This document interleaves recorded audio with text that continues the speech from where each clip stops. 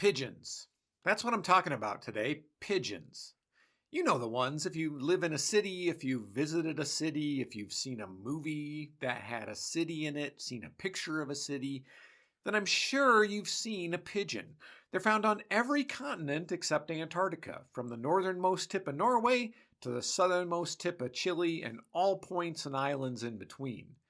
In fact, if you haven't seen a pigeon, then I'm a little bit worried about you, wondering where you've been being held captive. But I'm willing to bet that you've seen them and probably really didn't give them much of a second thought.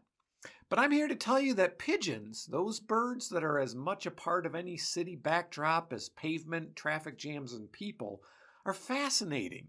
And I'll bet I can surprise you with some interesting things you didn't know about these flocks of our feral feathered friends. I'm your host, Tim the Nature Nerd O'Hara, and this is the Dispatches from the Forest podcast.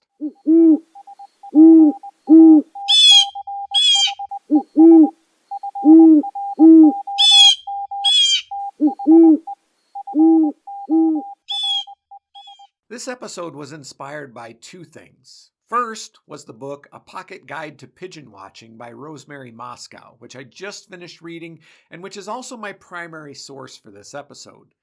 And second was watching the original Mary Poppins movie over Thanksgiving. You know, the whole feed the birds, tuppence a bag. Say what you will, but pigeons play a subtle but pivotal role in that movie's plot. So let's take a look at the lowly pigeon, which has sometimes disparagingly been called a rat with wings, but I think that's a bit harsh and uncalled for.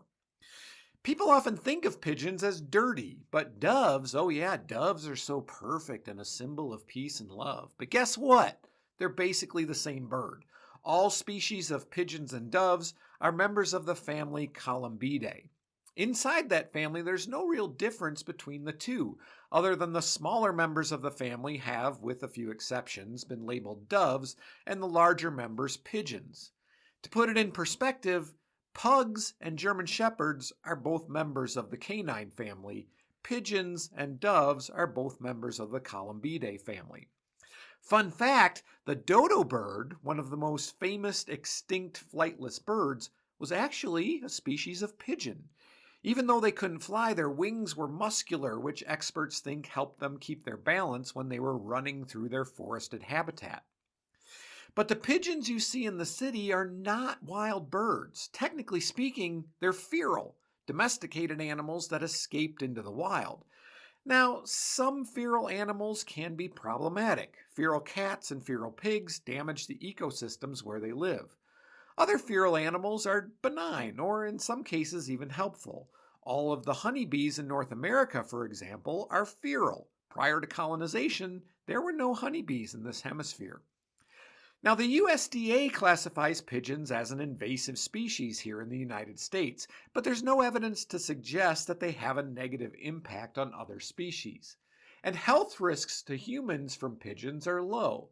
While they can carry bacteria, viruses, and other pathogens, very few of these are actually transmissible directly to humans, and the ones that are don't pose a very serious risk for anyone with a healthy immune system.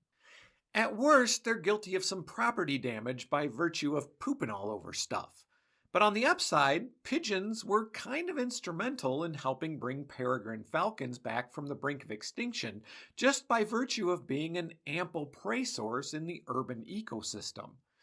So how did we get to the point where feral pigeons have become a fixture of urban ecosystems? Well, let me tell you, pigeons and humans have a long history together. The wild ancestors of feral pigeons are native to northern Africa, southern Europe, western Asia, and the northern British Isles, where they nested primarily on rocky cliffsides.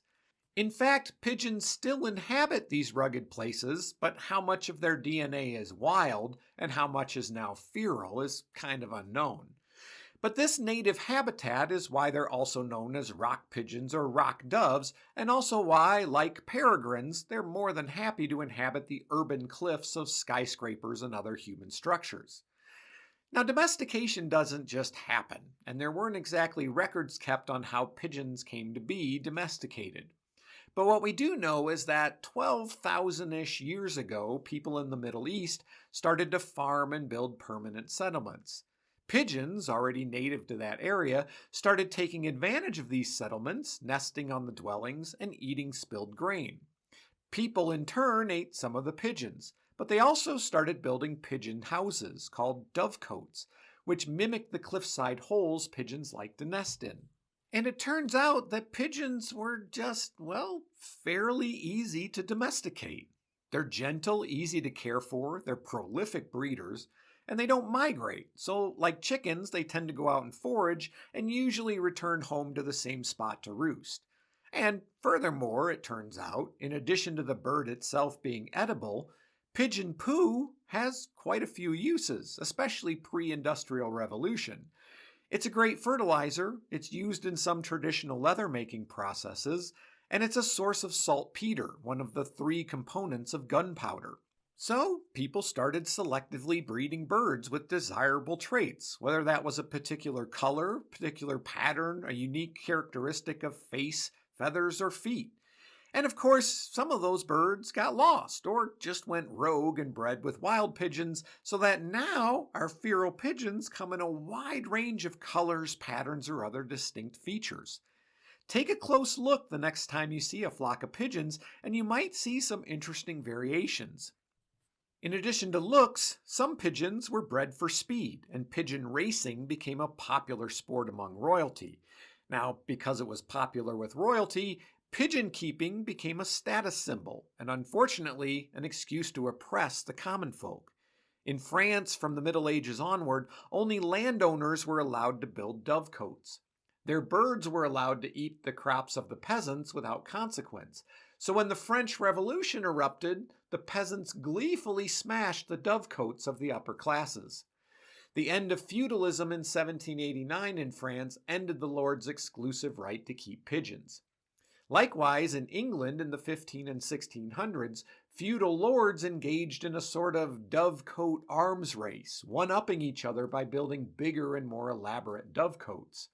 Now remember how I said that pigeon poo was a source of saltpeter, one of the ingredients of gunpowder? Well, the British monarchy, desperate for gunpowder to fuel its many wars, sent saltpetermen, a fancy name for poop collectors, who barged into dovecotes to seize the precious poop, often damaging or destroying the dovecotes in the process. But to be fair, they also raided, with the same carelessness, churches, town halls, barns, outhouses, or any other structure where one might find excrement, whether bird, human, or something else. And at the time, this was mostly just a dispute between landowners and the monarchy, because, just like in France, commoners were prohibited by law from keeping pigeons. However, by the mid-1600s, the societal prohibition began to ease up and people enthusiastically took to pigeon keeping, even though technically it would be another 200 years almost before the law officially changed in England. Now, while pigeons were involved in some societal revolutions, they were also a significant part of a major scientific revolution too. Charles Darwin was a pigeon keeper, and not only that, he kept some of the most unique and strange breeds of pigeons that have been known. His experience with pigeons led him to believe that the way people shaped various breeds of pigeon was similar to the way nature shaped species in the wild. So pigeons feature heavily in the first chapter of Darwin's The Origin of the Species. But pigeons have also played a more direct role in historical events. Pigeons are great at finding their way home, even over long distances, and not dilly-dallying along the way either. Transport a pigeon far from its home roost, in some cases up to 600 miles, and it'll fly back at a speed of about 60 miles an hour, or 97 kilometers an hour. Now, scientists are not entirely sure how pigeons find their way home, but they think that pigeons have a whole arsenal of tricks, including smelling the air, looking for landmarks, checking the position of the sun, and sensing the Earth's magnetic field, and maybe even more. Not only that, but different pigeons seem to have their own personal navigation preferences, just like you might prefer Waze over Google Maps or vice versa. Their homing instinct, coupled with their speed, has made pigeons extremely useful for humans to carry messages, at least in one direction. And again, they've been doing it for a long, long time. Pigeons delivered the results of the first Olympic Games in 776 BCE. In the 1100s, Genghis Khan had a relay network of pigeons to deliver messages across Asia and Eastern Europe. And in more recent history, pigeons were used during both World War I and World War II to carry messages and intelligence when other forms of communication were too risky. But even if pigeons weren't irreparably intertwined with humans and didn't have some pretty impressive historical accomplishments to boast about, they're still amazing, both physically and behaviorally. Let's start at the head. Pigeon eyes are generally brightly colored, orange fading to yellow near the iris. Like a lot of animals that get eaten by other animals, their eyes are on the side of their head, giving them a wide field of vision so they can see predators coming from almost any direction. They can also see in the ultraviolet range, so when you see a pigeon stop, cock its head to the side, and stare, seemingly at nothing, who knows what they might be seeing that you or I can't. They also have a third eyelid, the nictitating membrane. Now, this isn't super unique. A lot of animals have a nictitating membrane. Cats, dogs, beavers, sharks, just to name a few. We humans even had one at some time in our evolution. Now it's clear and it helps protect the eyes from damage while not interfering with vision, kind of like built-in safety goggles. Pigeons' ears are located just behind and below the eyes. They're covered by special feathers called auricular feathers, which protect the ears from wind while still allowing sound to come through. And just like they can see wavelengths that we humans can't, they can hear frequencies that we humans can't. Infrasounds that are below the threshold of human hearing, like deep ocean waves, earthquakes, or distant storms. It's thought that pigeons use these sounds to build an acoustic map of their environment, another arrow in their quiver of navigation tools. Pigeon feathers, like all bird feathers, are made of keratin, the same stuff that makes up your fingernails. Structurally, they have a stiff central shaft, technically called a rachis, which branches into thinner structures called barbs. The barbs then split further into hooked parts called barbules. Pigeons use their beaks to zip the barbules on adjacent barbs together, keeping their feathers smooth and sleek. Now, pigeons are often considered to be dirty. This might be partly due to their tendency to forage for human leftovers, but it's also because they're literally dusty.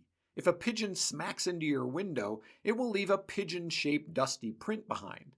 But this dust isn't dirt per se, it's actually more keratin, called powder down, and it serves a very important function.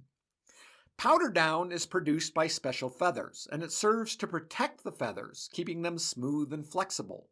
When pigeons preen, and they preen a lot, they're not only zipping together those barbules, they're also spreading powder down over the rest of their feathers. In addition to pigeons, herons, parrots, storks, and a few other bird species make this powder down.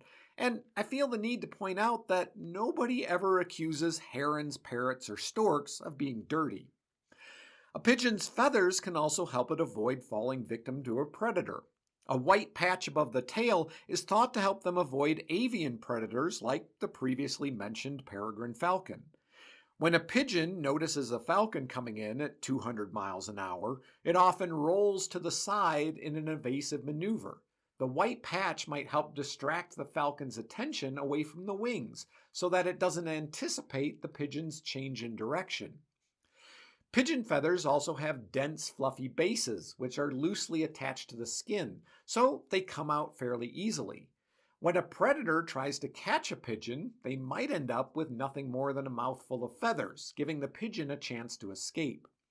Pigeons are also known to drop tail feathers when attacked to temporarily distract their assailant. In addition to being thought of as dirty, pigeons also have a reputation for not being particularly smart. While it's true that pigeon parents don't recognize their own chicks until they're almost ready to fledge, until that time you can actually swap chicks from nest to nest and the birds don't seem to notice. Pigeons are incredibly smart in other ways.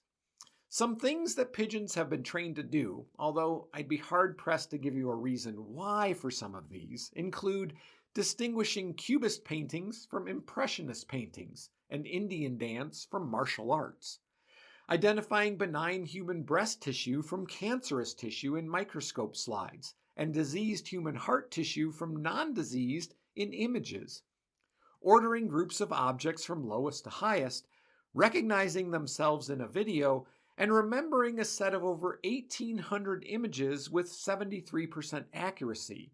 Pretty impressive, actually. So finally, let's talk about a little bit of pigeon behavior. I'll start with vocalizations. You're probably aware that pigeons coo. At least most members of the pigeon family do, but we're not going to talk about the exceptions today, since cooing is by far the most common sound that pigeons make.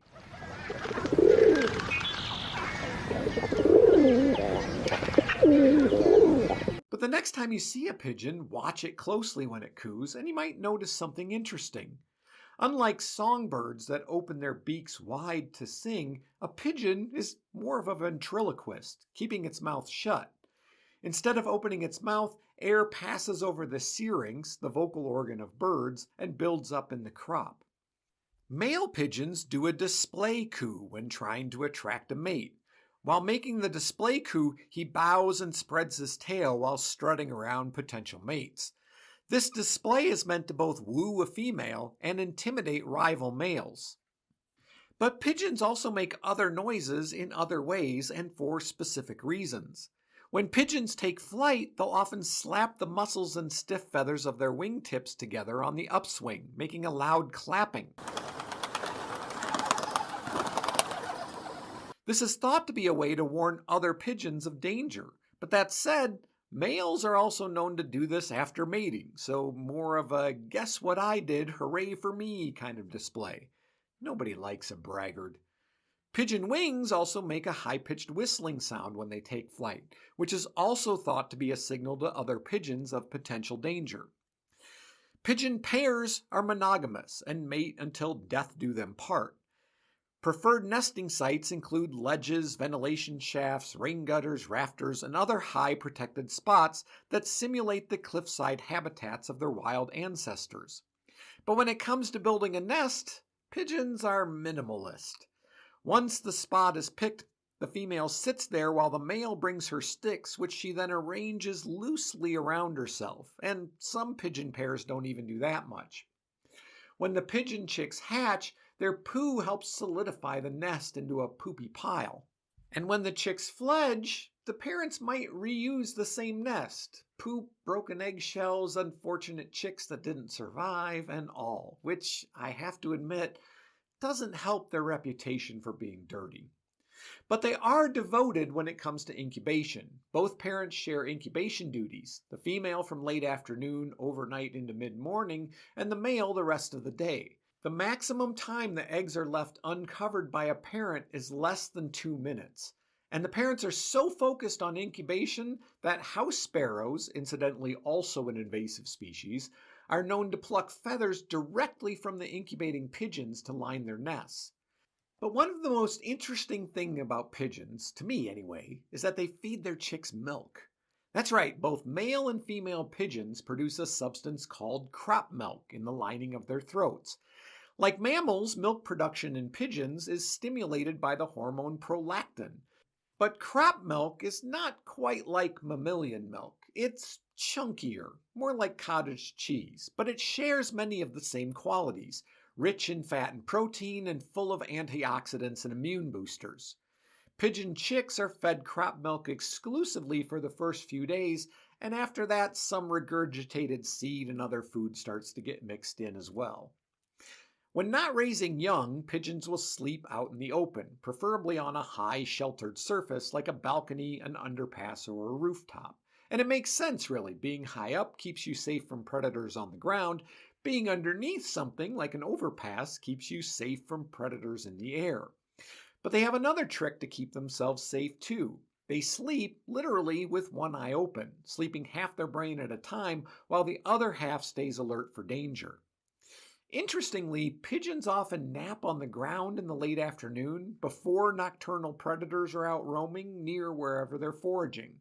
Studies have shown that pigeons that are prevented from taking this late afternoon siesta make up for it by sleeping more deeply later on, which probably would make them less likely to notice a potential predator sneaking up at night. Okay, final fun fact. Have you ever watched a pigeon walk? You know how it looks like they're bobbing their head? This is actually an illusion. The pigeon isn't bobbing its head. What it's doing is moving its head first, fixing its gaze on something, locking its head in place, and then catching its body up to its head. Lather, rinse, repeat.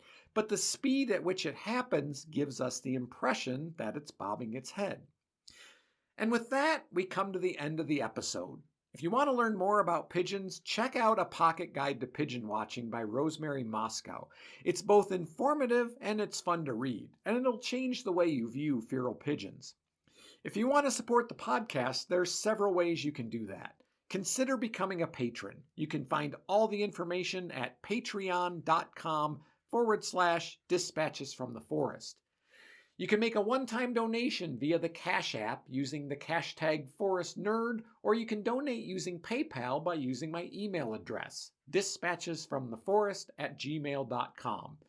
You can, of course, also use that email address to contact me if you've got a question, a comment, or a suggestion for a future episode. Check out the merch store at cafepress.com/shop/dispatches from the forest and click on products to see everything there is to offer. Dispatches from the Forest merch makes great Christmas presents, just saying.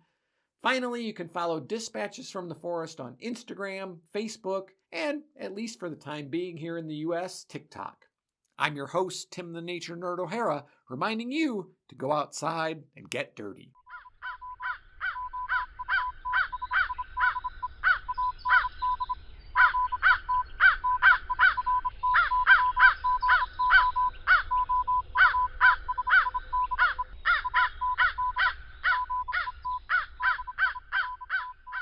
The Dispatches from the Forest podcast is a production of Dispatches from the Forest and may not be used or rebroadcast whole or in part without express written permission.